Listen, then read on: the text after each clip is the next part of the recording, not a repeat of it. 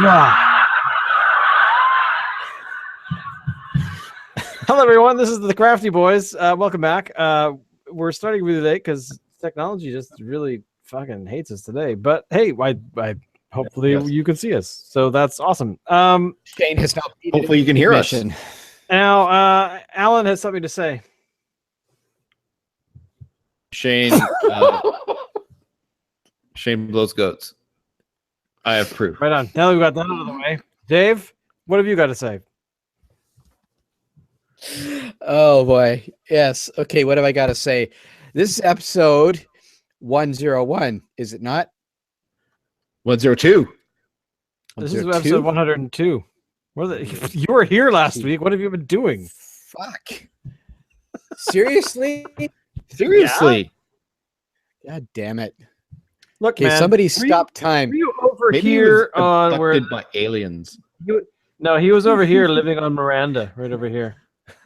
That's where he was, because everyone forgot and died. But well, except you didn't die. I could live on Miranda.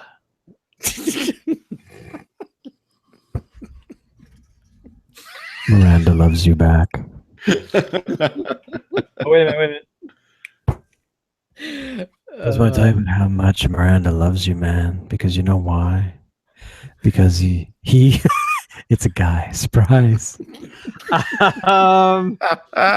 Anyway, on that note, let's start the show. So, hey, how's it going, everyone? Guess what happened this week? This week, there's beer. And after that, there'll be more beer. But then also, they dropped the latest trailer for Star Wars Discovery. Boom. That's it. Oh my God. I'm out. Your nerd cred is gone. Go to bed. Go to bed, young man. Star You're Trek going to your room without Discovery. dinner. Wow, I know, totally. Oh my God. Star Trek Discovery dropped, which I'm very excited about because I was really nervous. But now that I've seen some actual footage about what they're planning on doing, I give it a thumbs up. And I'm especially happy that Pussy's back. The character that is the character name. Let me be clear. That is the character's name from Orange is the New Black, and the new captain. I think that's what the trailer is trying to tell us. Or sorry, that's not Pussy. It's Poussey, which is how they pronounce the thing on the show. Who unfortunately was killed in the previous season. And I'm kind of happy that I now know why the character died. It was kind of abrupt. It was kind of not done the best way. I was very spoilers, by the way, if you haven't watched Orange is the New Black. But one of the characters dies, and next thing I know, I'm seeing her captaining a starship in Star Trek Discovery. So hey, I'm good with that. Set 10 years before Kirk. I'm not sure what that means. So Kirk is like in Starfleet, or is about to enter. How long is it taking to go through Starfleet to go from like, I think it depends I'm on here. the timeline. It Really? depends on if it's, the new movie timeline or the old movie timeline. Because in the old one, Kirk joined Starfleet as a young lad or whatever, and went up through the ranks and did the academy and all that. And then in the new version, his dad died when he was a baby, or like as he was being born, actually. And it kind of messed him up, and he had stepfathers and was kind of like joined on a dare when he was a bit older. So that's a good point. I hadn't thought I guess of it depends on the timeline. Damn it. What about TNG?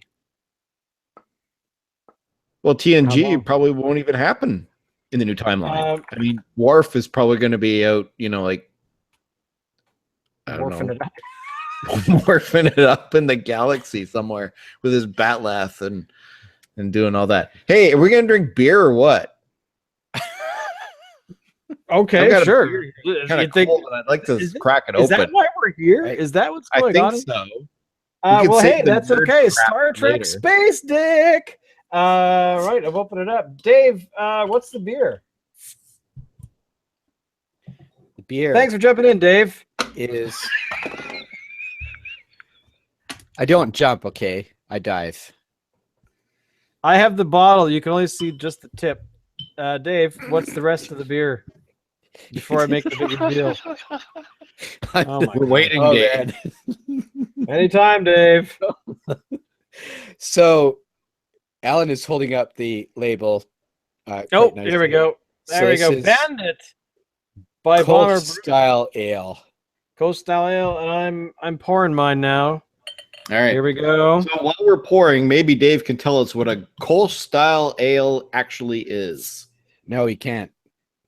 All right. Good, Maybe Dave. Alan can. Glad you did your research. Thanks Fantastic. for doing that, Dave. I will Why tell do you we what have it Dave is. here? I don't know. I mean, what does that Dave, what exactly are you, man? Anyway, let me tell you all about what a Kolsch-style beer is. It is a German beer, which you think Dave would have realized. Ooh. It is a very clear top fermented beer. If you can tell, this is actually quite. Ooh, hey, look! I'm in my beer. I'm in my beer. It looks like you're in a back to tank. Hold it up again. You look strong enough to pull the ears off a gun dark.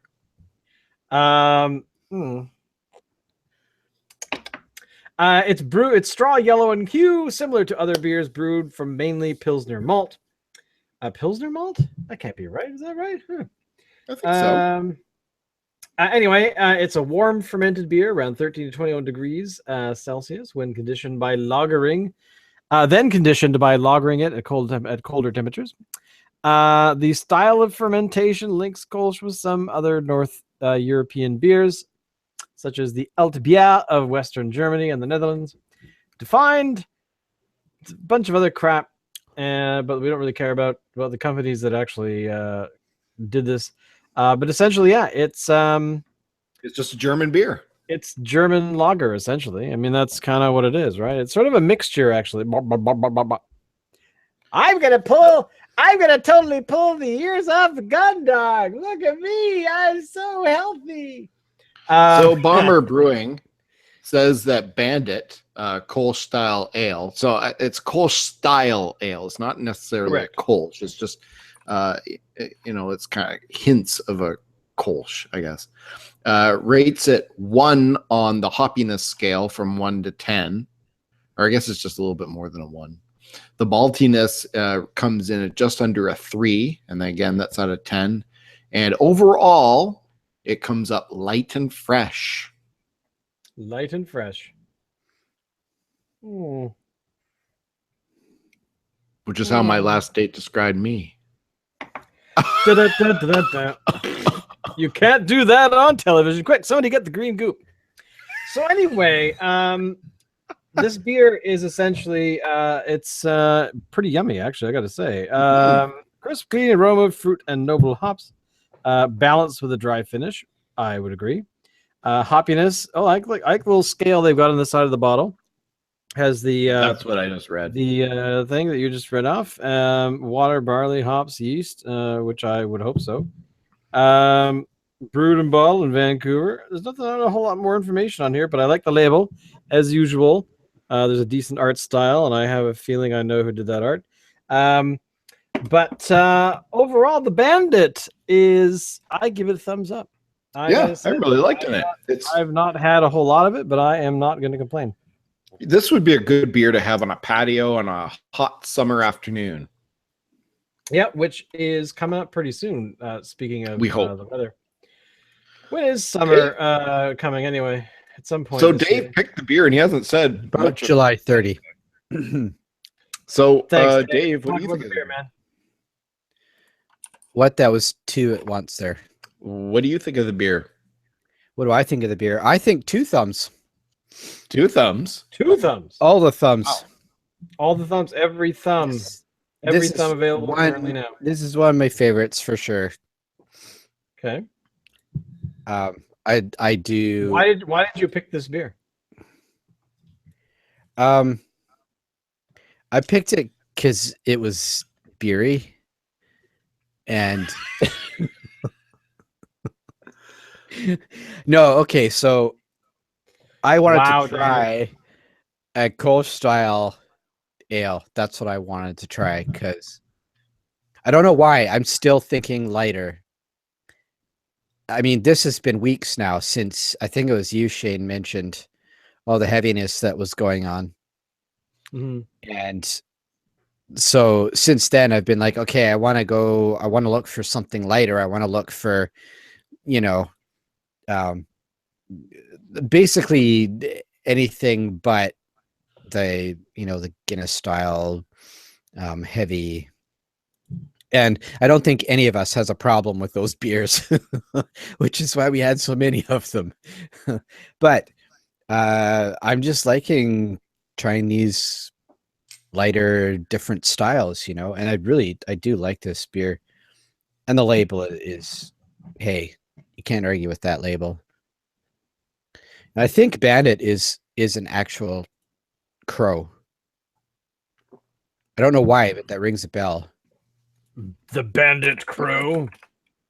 Well, it's almost as if there's somebody kind of had this kind of pet crow, Bandit. That's kind of what I'm thinking is where this comes from. As much as you can have I always thought Bandit, kind of rode alongside Snowman, and that was Smokey. Outran Smokey. That's whenever I think Bandit, that's what I think. And his fire chicken. Bandit one. Bandit one coming at you. He's Bandit down. I would want to watch that movie to see if it stands up. What, Smoking the Bandit? Yeah, of course it does. Why would you ever think it hadn't? Well, okay, because a number of years ago now, I watched an episode of Dukes of Hazzard. Mm-hmm. Hey, you shut your mouth. You be quiet. Don't you be dissing Uncle Jesse and the Bode Luke Duke. Daisy's gonna get all up in your business. And I Cooter, hope so. You don't want to know what Cooter's gonna do because Boss Hogg hires him for some pretty nasty stuff. True. That just took Dukes of Hazzard to such a low level. I know. My point being, it just did not stand up. I disagree. I watched an episode, well, maybe not recently, but a few years ago, of the Dukes of Hazzard, and I guess it was out at the same time as E.T. was out, and the Duke boys had found an alien somewhere, and they had to help it find its ship. Yes. What? Yeah. It was actually really cheesy, but it was hilarious to watch it. Hazzard. Bo and Luke make friends with a space alien nicknamed the Visitor that stows away in the General Lee. It isn't long before Boss and Roscoe find out about the Visitor and want to abduct him for fun and profit. The problem is, so do two crooks who plan to loot Hazzard's business. Okay, and episode. But wow. You know what? The General Lee still stands up. General Lee was the main character in that show and still stands up today. I still want that car. Well, sure. Okay. That doesn't make the frickin' show. Yes, it does. Okay, that's like saying the Enterprise just like made Knight Rider. Star Trek. Okay, Kit is a freaking intelligent car. You can't compare Kit to the General Lee as cool you can. as the General Lee is. No way. Yes, you can. No. Yes. Nope. Do you guys remember Wonderbug? They're like apples and kumquats, man. There's no... You're drunk. Go sleep it off.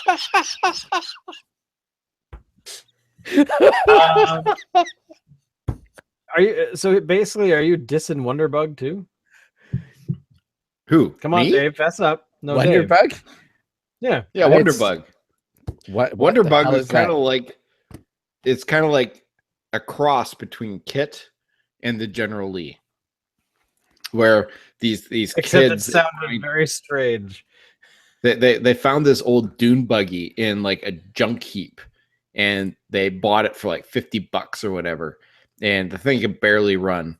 They name it Schlep, and they find a horn to put on it, and the horn's magical, and when they press on the horn, Schlep turns into like this souped up bright red dune buggy, and it has like the headlights move around like it's got eyes and everything. It can fly, it can do all these, it could drive on its own. It kind of talks by grumbling and stuff like that. So I mean, it's kind of like Kit in that way, but it's all souped up and everything, and looks really snazzy, like the General Lee. So you're saying it's Herbie if Herbie was a California surfer boy? I Actually, guess so. That is actually not a bad way to describe what Yeah, exactly it's actually perfect. that car was. Well, if you ever watched the show, because Wonderbug was actually always paired with like a bunch of other stuff. It was kind of like, you know, an afternoon of Across the same Superstars. across Superstars, right? The one that I remember, of course, more than Wonderbug was actually Electra woman and Dyna girl. Do you remember that one? Yes. And With it was basically like Deidre female Hall. Batman and Robin. Yes, it was Deidre Hall was in it. Who is Deidre Hall now? But she was a soap opera star, and also the guy who played the owner of the cafe in Back to the Future in 1955. Oh, You gonna order something, kid? I can't give you a Pepsi I can't give you a tab unless you order something. But yeah, there was a bunch of other shows in that thing, and I can't. There was like what 6, 7, something like that. But Electra Woman and Dyna Girl and Wonderbug. Now Wonderbug, of course, was like a dune buggy in the sort of 70s traditional sense. It had a mouth on the front of it that moved when it talked. And it kind of sounded. It was the vehicle that sounded like I really want to go, you know, that kind of underwater. Yeah. Okay. That's God. Hello. What happened? That was very 70s of us. That's so sad. Dave, you never watched these shows ever? Nope. See, sorry. The peanut. I was television deprived as a child, so I didn't get to see really that kind of stuff. Yeah, for serious. Actually, we didn't get cable until I was too old to watch that kind of show, so I never got into those really. What about right. So what year did you get cable? Oh Christ. I can't remember. Hey, Dave, I have a question. Is it in the same house you're in right now? Where the cable came?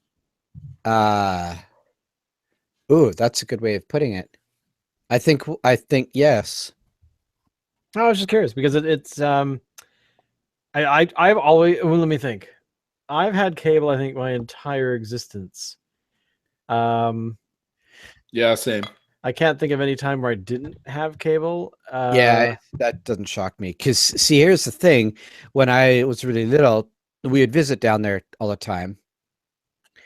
Because I had grandparents who lived down there. And one of the things that my brother and I were always wanting to do is watch the fucking cartoons on Saturday morning because we could never get them here at home, right? Right. So that was our thing. And so, yeah, we're talking at the earliest, 81, I think. Okay. Man, you missed out. Apparently. That's terrible, man. So, but at least I didn't miss out on the cartoons. Good point. Totally. Good point. Damn, I just totally distracted myself in my brain here because I was thinking about the Dukes of Hazzard all of a sudden. So I have to tell you guys about something that I found.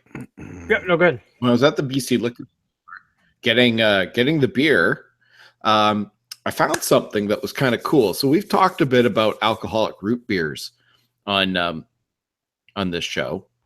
You know, while we haven't tried one in an episode, I've individually tried some of these ones, like Mad Jack has one. There's a couple others, and you know, they're made, you know, almost like as a cooler kind of thing. And you know, some of them I've tried them. I'm like, it tastes like root beer-y, but it also has like a sort of a medicine-y kind of taste to it that makes it not taste like regular root beer. Then I found this. Hires root beer and vodka tall can. It's available at the BC liquor stores. It's actually on sale right now until June the 3rd for $2.79 a can. That's 473 mils. And I bought one, tried it, and it tastes just like regular root beer. Like, you could chug it. You can't even taste the alcohol in it. It's got 5%. So basically, it's a bad thing and could be bad in all kinds of bad ways. I If you're not suppose. paying attention. I suppose. But it's Hires root beer. Now, I don't know if, I mean, here in Canada, we haven't been able to get Hires root beer since like the early 90s, I don't think, since mug root beer kind of took over for it. So it's kind of cool to see Hires root beer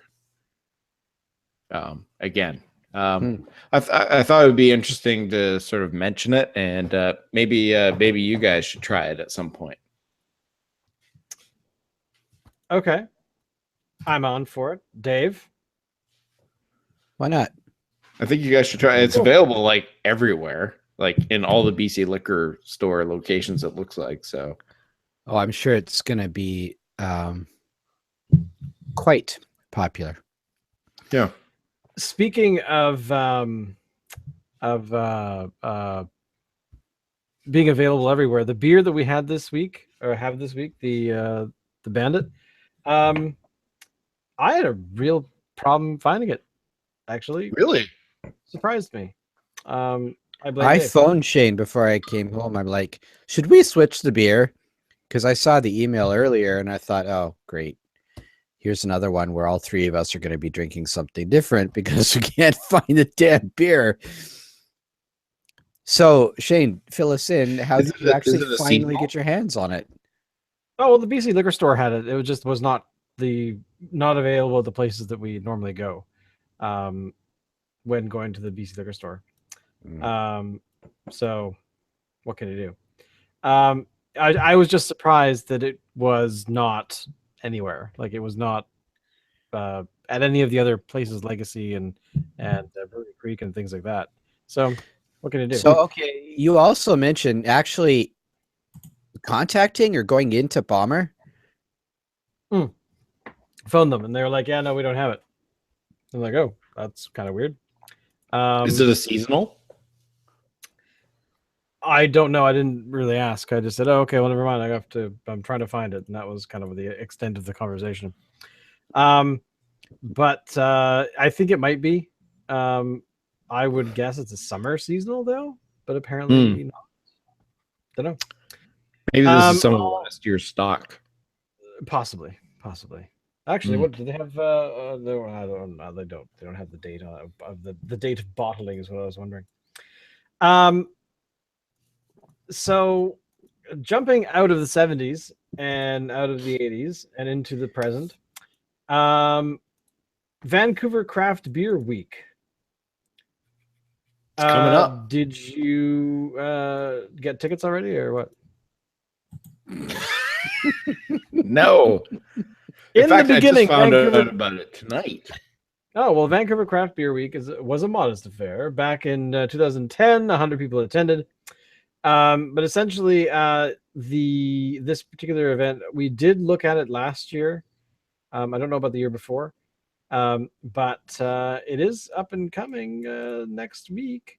But essentially, the only real experience that I've had with the event is the tap takeovers, where The tap takeover in more recent memory was, the hell was it? It's at a place that I've not been yet. But essentially where one brewery will switch taps, so one you get beer from that brewery at another location, then vice versa kind of thing. Oh, I know what it was. It was at Main Street. Main Street had a tap takeover from, I think it was 49th or something. But yeah, this is kind of the same sort of idea, which I kind of like. There's a few of these takeovers here and there. But you know what? I don't know if the Vancouver Beer Week Festival, which is the June 3rd and 4th on the PNE Center grounds, is basically like Beer Fest, but it's in Vancouver. Yeah. 100 and more than 100 craft breweries, over 300 beers. But you know what? I don't know area. If I don't know if we should go because Dave won't make it anyway. So, well, I might be down for it. I mean, if I can crash at your place, I mean, it is a weekend. Oh, and Locke might be in town then. I'm just looking at my schedule. I should ask because I coach baseball, but we don't have any games on June the 3rd. I'm free and clear on June the 3rd. It looks like. All right, live on camera. So that could be a possibility. I'm calling our cohort. I'd have to clear it with other people, but I think the 3rd could work. Okay, here we go. Let's see if I can get a hold of him. Let's see if this will work. What are you doing? I am making a phone call. I'm live on the air? Live on the I just keep walking into my stop it. You walked into his microphone. What a guy. Here we go. Let's see if he picks up.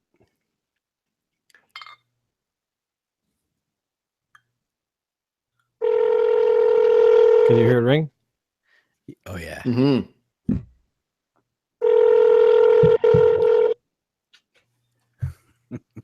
Hopefully he picks up.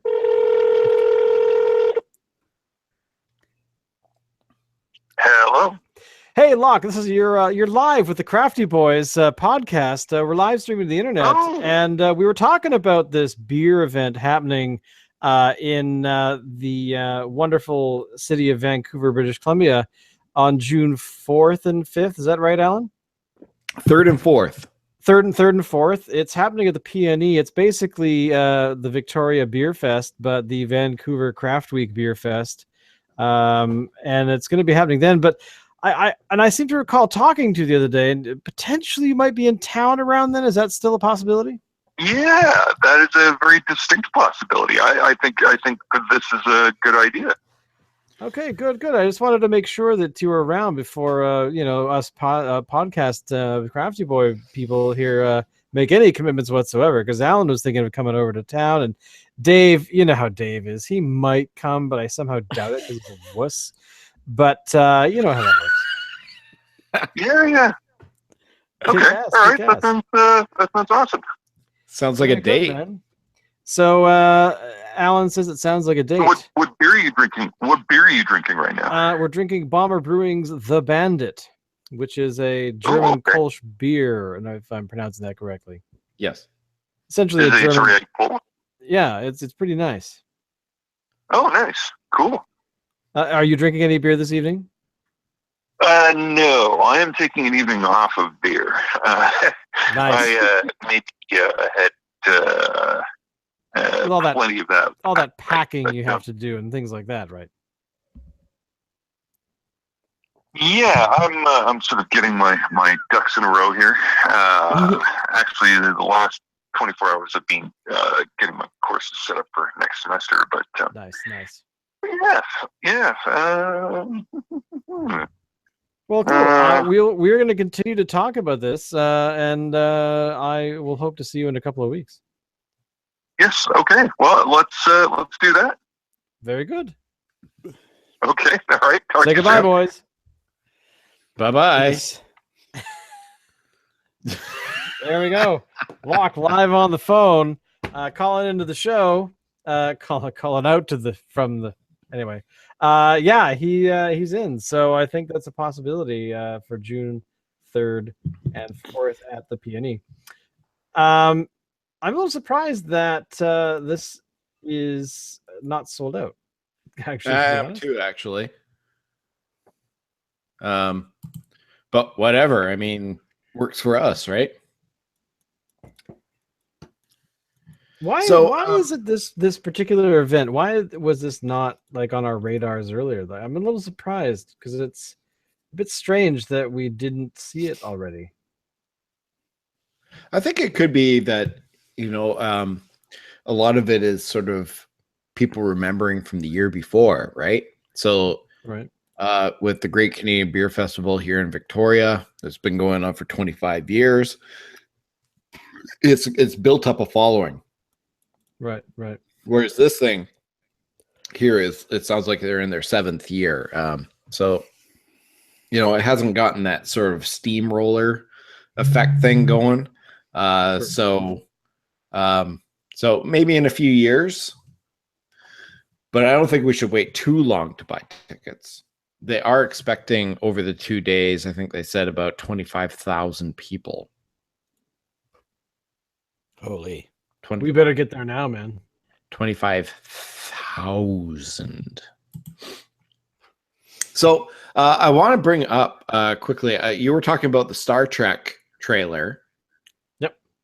I saw another trailer this week for the Orville, which is a Star Trek spoof created by Seth MacFarlane of Family Guy fame.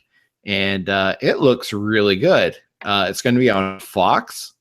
They released the trailer at the same time as the Star Trek Discovery trailer. I think that's probably on purpose. But it looks really smart. And the production values, it looks like a movie trailer. TV show especially when you have the main character running out of the bridge, like going, I've got to do whatever the heck these guys got to do. And then he's running and he runs through, I guess, another crew member who's just like a pile of pudding. Slime. And then he like runs through him. He's like, oh my God, I'm so sorry. The guy's like, no worries, man. It's all good. And it was like a little moment like that. I'm still dubious though. I'm a little concerned because I tried to watch the Seth MacFarlane A Million Ways to Die in the West from a couple of years ago. Had a bunch of talented actors in it that basically did their best, but it just, I don't know, there was just something about it that completely turned me off, which surprised me. You actually wouldn't be alone in saying that. I haven't seen it myself, but I heard that from a lot of people. It was I'm hoping that this one will be sort of a bit better. And for as many successful projects as somebody like Seth MacFarlane has had, he's allowed to have a stinker every once in a while, right? True. Nail on the head every single time. I think if they can keep the production values up in this Orville show, I think it's going to be great. Actually, I'll tune in. I don't have a lot of time for TV shows anymore, especially ones where you have to watch every single week in order to follow it. I'm sort of like more of like a Hogan's Heroes kind of guy where, you watch one episode and you don't have to watch the next 5 if you don't want to, right? And you can jump right back into it and it's fine. But this one here, I'll tune in. I'll watch. Okay. What about you, Dave? Oh, I'm going to check it out for sure. But I'm more intrigued about Discovery, actually. Because I looked at that trailer and like, ooh, this looks intriguing. Okay. All right. So I can I see really that. want to check that out. Now, as for Discovery, I think Deanna Troy, if she were here, would say that she can sense that it's going to go down in a ball of flames. Why do you say think the that? Because I trailer- thought that the trailer looked decent. The trailer looks halfway decent, but I think it's misleading. I know that the captain of the ship is not the main character. They've already said that. The main character is somebody else. They're going with a whole different dynamic for this show. I don't know if it's going to pan out. I find Star Trek works with a particular formula, and anytime they've tried to sort of find a variation on that formula, it has failed miserably. And I could see that happening again, just based on history. Okay. Waiting for Dave to jump in with his opinion, but that's okay, Dave. Well, no, I do have a question though. Like, I'm curious what you're referring to, Alan, in terms of the utter failure of the off formula attempt or attempts. Well, I don't know. It seemed like what was really popular, of course, in the beginning was, following the crew of the USS Enterprise and blah, blah, blah, and their adventures and everything. And then Star Trek Next Generation, same thing. Follow the crew of the Starship Enterprise, it was just like, 85 years into the future. Blah, blah, blah. And then they started playing around with it. And then they started with Deep Space Nine, which is a crew on a space station. It started off really slow. It got really good towards the end, but it was really a show that was made specifically for Star Trek fans. I don't know that anybody else would come in as a casual fan and get enjoyment out of it. And then they went with Star Trek Voyager. Well, let's take a Starship crew and let's take them, hundreds of thousands of light years away from home, and they have to try to find their way home. Again, the same sort of thing. It's not going to bring in casual fans. Then they went to Enterprise, and they did exactly what I thought they should do, was follow the crew of the Enterprise again. But what I thought they should do is, instead of going back in time, they should go another 100 years into the future, like they did with Star Trek Next Generation. Instead of following, the Enterprise D, follow the Enterprise G or something. I don't know. Like in another 100 years in the future and see what happens. I think that would have worked. But going back in time and trying to play with a timeline that's already known to fans is just kind of messing around with things. That's my thought. Which is not... Well, actually, have you seen what Star Trek.com did with it, or the official Star Trek thing, where they took... they did exactly what Back to the Future did. They have called... I'm going to look it up here. But it's called Timeline, I think. The Voyager, Kirk, those ones, the timeline that they have, I think that's called Star Trek Prime. Yes. And that's the original, and they've called the next, the 2000, was it 2009 films onward, are actually called something else. They call it the Kelvin timeline. That what it's called. So yeah, they're not necessarily, they're acknowledging that they pissed off quite a bit of their core fans like us. I mean, I've only did I watch the con one? Oh yeah, I did, and I hated it. Well, See, I didn't hate it. Yeah, I like the new more. movies. Okay, I like the new movies for what they are. They are entertaining. I've heard a lot of people say, "Oh, but they don't do the exploration." You know, like Star Trek is supposed to be about science and exploration. And while that's true, go back and look at all of the movies, all the Star Trek movies, going back to the original. And only one has been about science and discovery, and that was Star Trek: The Motion Picture. And that was probably the most boring movie I've ever seen. And I think most Star Trek fans, even true ones, would argue the same way. No, totally not. What? Yeah. They were all about science and exploration. They had a little. No, they're not. No, they're not. Star Trek 2 was basically Die Hard on a starship,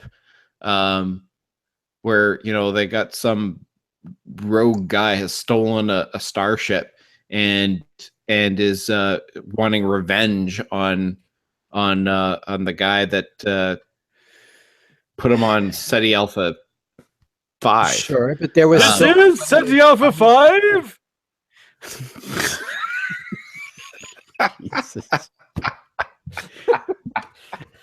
Star Trek 3 was about.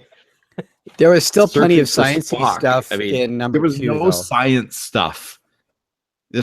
None of the movies were about science and exploration except for Star Trek: The Motion Picture. Bullshit. And it was a complete bullshit. dud. Oh man, fight! You want to go? Okay, we're going, bitch. Let's go. No, but really, think about it. In 2, there was the what was it? It was a probe, I think. No, that you're thinking of Star Trek: The Motion Picture. There was no, I am not. I think I'm just calling it the wrong thing, but it was that. I'm ready to hear this. What was it? Are you thinking of the Genesis missile? Yes. The torpedo? Yes, exactly. So really. I truly hope you're not going to sit there with a straight face and try and claim. So it's Star Trek Into Darkness had those missiles with all of Khan's people frozen in them. Into Darkness. That's the new generation of movies, right? Yeah. So I mean, if we're gonna call that science, then you got to call. No, you really don't. The new. You really don't. So and that's the difference between the new movies, which are definitely not as good, although they're enjoyable. But the old ones stayed more true to, I guess, I disagree. The theme of Star Trek. I disagree. Started out with. Nah, totally. What happened was Star Trek, just like all the other Hollywood movies that have been coming out that want to be like smashes in the box office, turned to the guns, the explosions, and the babes. Period. And the old ones did as well. Star Trek 6 had Kim Cattrall. And what was it? What was her name? Iman. Dressed up Iman or something, with her explaining about how the other alien has the genitals on his knees and all that kind of stuff. I mean, all these movies were about explosions and guns and. No, the older ones definitely, I agree. They included explosions more so than the TV shows. I'll give you that. Absolutely. I'll give you that. But they didn't rely on it. The new ones relied on blowing shit up. Target that explosion and fire. Totally. Like the last Star Trek movie. What was that even called? Beyond. Thank you. I enjoyed it. But again, it wasn't as bad as what Transformers looked like in the trailer anyways, which looked like one giant explosion from second one to the end. But there was still lots of explosion-y bits and guns going off and All right. almost no science at all. And I'm not saying I'm some science nerd that has to have science in everything, because science is God. That I don't give a shit about that. But I just feel that the flavor. If they have a Bunsen burner in every single shot, would you be happy? No, like I said, I don't really give a shit about that. I don't think it, whatever. I'm not one of these hardcore science types that's got to have, like, what do they call it? Help me out here, Shane. What do they call those books and shows and shit that stick to so-called hard science? Sorry. What are you talking about? Well, it's not a genre, I guess, but it's a style of doing the story that holds that the science has to be so-called real, hard science has to be in that story. You can't do Star Trek, because Star Trek extrapolates and uses imagination to say, okay, well, what if? You mean like technobabble? To what, Star Trek technobabble? Sure, if you want to overload the warp core inducers. Exactly. Inertial dampeners are offline. I call that using your imagination, and I think that's pretty cool myself. Yeah, but so you're saying that Star Trek holds to hard science somehow? No. What I'm saying is doesn't hold. The original flavor of Star Trek was more about. Now let's be clear. You're talking about the original series, or are we talking about TNG? Well, the original and TNG, because I would say TNG. So original series through the end of Voyager. I mean, even I think the TV stuff, I think, kind of falls into this realm. I don't know if you would agree with Star Trek's 1 through 9. Or actually, sorry, 10. I should have said 10. I'm not sure if I would include the TNG movies. Although I guess, yeah, to a degree I would. I think the brand new movies are the ones that really have, diverged from the original. They're suffering from Man of Steel problems. Well, they're suffering from Hollywood is what they're suffering from. Well, this is what I mean. Like the Man of Steel Superman film was not a terrible movie. It was a confused movie because apparently Batman versus Superman suffered from the same problem, where they're doing what Schumacher did to the third and fourth Batman films. They tried to have too many villains doing too many, actually not doing a hell of a lot, to be honest.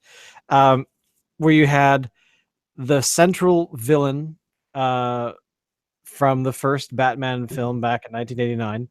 Then you had Batman Returns in 1992, I think, who had two villains.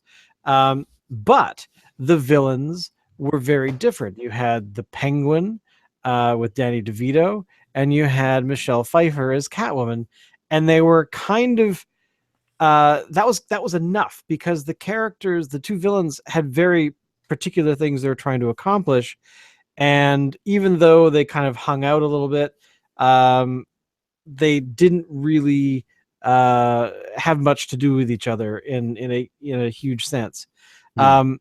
When Schumacher took over, now did Schumacher do Batman Forever, whatever the hell it was called, the third one. Was that Schumacher as well? I don't think so. Well, I maybe. think, so there's Batman Forever. So Batman Returns, then Batman Forever. Am I forgetting a Batman film in there somewhere? There is another one in there. Batman and Robin. Batman and Robin. Was that the one with Arnold Schwarzenegger? Yeah, I think so. And Uma Thurman. Yeah. Okay. So yeah. So those, but the third and the fourth film, or the they were both Schumacher. The franchise,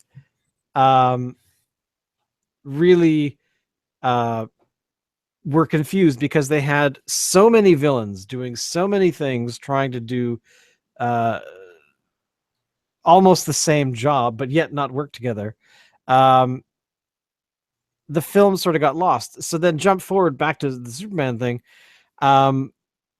It was an action film. It was trying to tell the story of Superman. It didn't do that very well. It was trying to be kind of like a mother-son growing up in Kansas sort of story.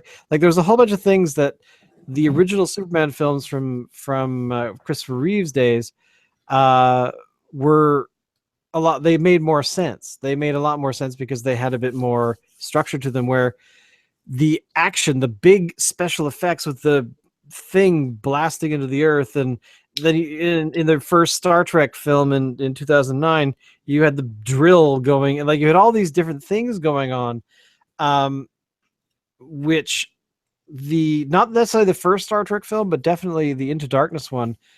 It's like they lost the idea of what these films are supposed to be about. Were they telling a story, or were they just trying to overwhelm us with special effects to cover over the fact that some of their story gets lost in the shuffle because they're busy trying to match what they think the expectations of the audience is right now? And Superman v Batman, whatever the hell it was called, Batman versus Superman, which I haven't seen, but apparently this suffers from the same fate, where they have villains that are not necessarily quite well formed, kind of get lost in the lack of things for them to do. Suicide Squad apparently had, again, the same problem. You had all these evil characters that were well found, like character. And here, but by the way, but here's the thing that I've forgotten to mention. These are characters that we know going into the films. We know what they're about. Most people who are fans of Star Trek will already know who Kirk is. They'll already know who Spock is. They'll already know who Bones is. The characters in Suicide Squad and in Batman versus Superman and all these other films, SpiderMan films from back in the early 90s, early 2000s. Same thing. The third Spider-Man film that Sam Raimi did fell apart. Like, it completely just dies because the villains are not that interesting. They're not really. It's like they have motivations to do stuff, but you're not quite sure what that thing is aside from get Superman or Spider-Man. Well, that's really not much of a story when it's like, I'm gonna kick his ass. Well, why? Well, he pissed me off. Well, why? What do you wanted? Why? Okay, sure, you want to kick his ass, sure, okay, but what's the point of you kicking his ass? What happens after that? Yeah. You know, you've climbed the mountain, you've kicked his ass. What's next? I don't know, because my script doesn't tell me what else. But if you want to see, actually, out of all these films that I've sort of touching on, the one that you should really watch again, which I think was the first time that I walked out of a film and turned to the person I was with and said that was a superhero film that had a story and was a complete package of what these movies should be about. So Spider-Man 2 was, I have to say, had to be, it's sort of the bar that I think all these films should reach. And I think the bar for the original 89 Batman kind of set it for what Spider-Man 2 did. But everything after that, a lot of it's overwhelming. I remember asking my mother a little while ago, a couple of years ago, what she thought of whatever the film we were talking about at the time is. And she said, Well, there's stuff going on, and there was a lot of explosions and shooting, and I don't know what happened after that. You know, it's like you're so overwhelmed with stuff to look at, you forget that there's something there behind it. I mean, Avengers, the first Avengers film. I not so much the second one, but the first Avengers film. Again, another film that was like, there's a story to be told, and there's going to be all this fancy techno babble bullshit and spatial doors opening up in the sky and nuclear bombs flying everywhere and aliens wanting to eat everyone's face off. But they didn't lose sight of what they were trying to tell through the storyline. So, you know, it's that whole thing where at the end of the day, no matter how much special effect goodiness you throw at an audience to try and make them like your film, a lot of these films just they lose what the point is, which is to tell a 3-act story. Then what's the other film? There's another film recently. Actually, I'm going to shut up. Okay. You can't do that, bitch. Tell us what the movie was. I'm trying to remember. This is the things I've forgotten the title. But I mean, actually, you know what it is. Something I've noticed for a lot of films and television in the last, I don't know, 20 years or so is, or sorry, the last 20, in the last 10, is we finally have a recognition that some stories don't fit the 2-hour scale. They don't fit in that limited amount of time. Things like Lord of the Rings was really long. There are a bunch of other films sort of in the last, 15 years or so that have done that, that have these long play times. Then a little bit later on, you see things like The Hunger Games splitting the last book of a trilogy into 2 films. Same thing for Harry Potter. Same thing for The Hobbit is kind of a weird case, but it's got split into 3 films. When you probably could have told that entire thing in a couple, maybe even a long single film. But the film that I'm thinking of, which is the one I was lost my context with earlier, was Cloud Atlas. Cloud Atlas is a film that jams an entire, like a multi-story, multi-dimensional, multi-timeline story that has these threads that are all kind of joined together into one movie. And it came out just before, I can't remember, but there was, it came out, and then you started to see HBO's, it was an HBO program that I just can't remember the title to right now, but you started to see these novels and stories that were basically being retold in an episodic nature over a longer period of time, 13 episodes, stuff like that, where something like the Cloud Atlas film would have worked far better as a longer thing, like either a mini series of say 4, 5, 6 episodes, or even 13 episode, maybe 3 seasons worth of something, because you would have been able to actually tell the story properly and see these characters in the depth that they really should be, stuff like that, and actually to let the organicness of how characters want shit, and whether I want to go from point A to point B, and that guy in the funny suit's in my way, so I better try and get around him or kick his ass or come up with a convoluted plan to try and get to that point. So yeah, there's a lot of these things have sort of really started to, where you start to see these things being adapted into longer pieces and being adapted into multi-episodic sort of things and stuff like that, where the Batman films, the Superman films, it's like, how many villains can we jam into this script? Because we need to hire these 4 dudes or these 4 women to come in and play these roles because they have big names in Hollywood. because we need to make money on this thing.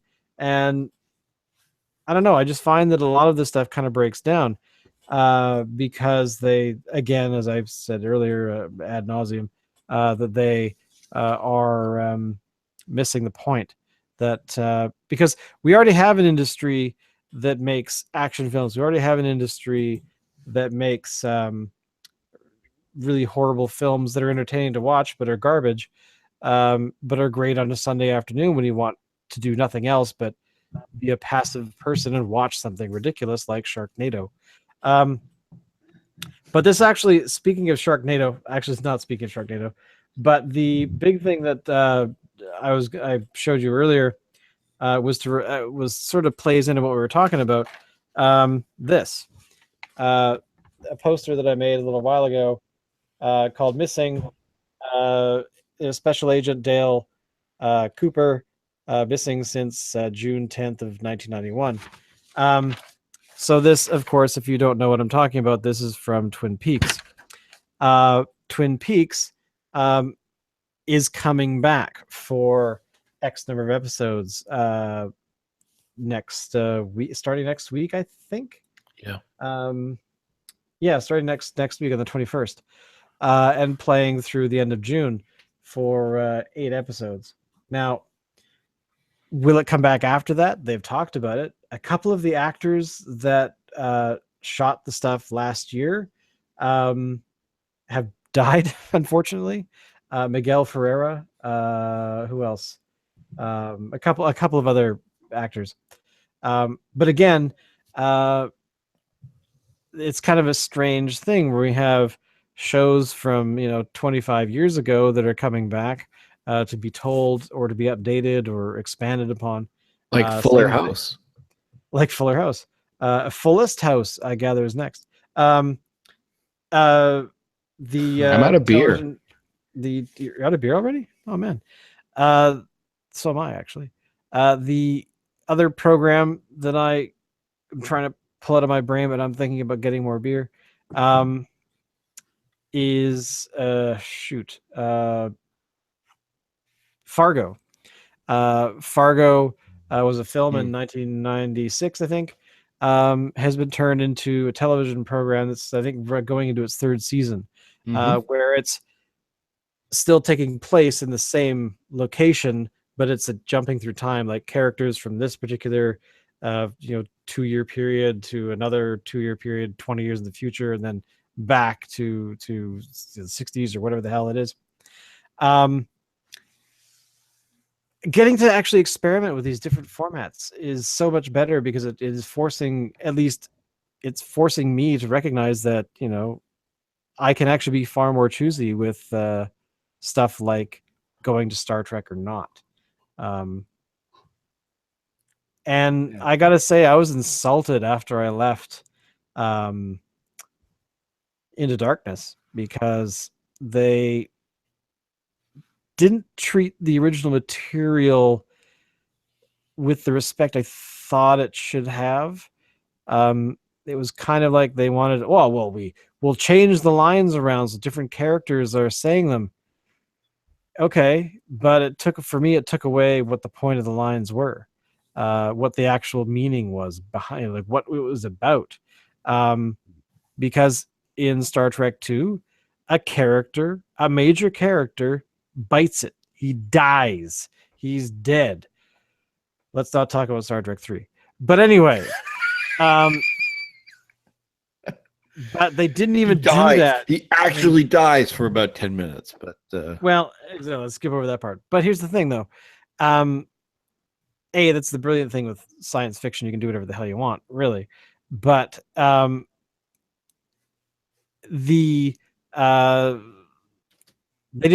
one died in Into Darkness. Why didn't Chris Pine's Kirk die? He should have died. Bring him back in the next film. He did die, and then they brought him back. Yeah, for like 2 seconds, yeah, but at least Spock crapped out. Did you see Chris Pine getting shot into space to land on the planet to resurrect himself? No, exactly. But maybe they just didn't show that. Not to mention the part in Into Darkness where Bones is running around chasing Kirk at the very beginning of the film, going, "Oh my God, these medical things are really off the charts. So you've got a problem. It's a medical emergency," and then they say nothing about it for the rest of the film,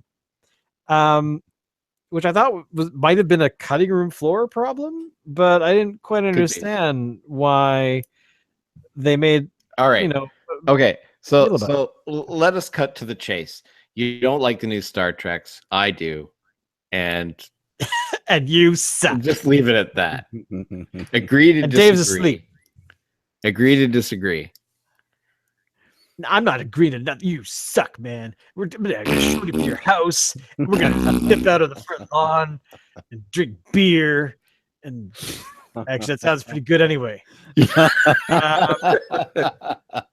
Anyway, I've talked enough.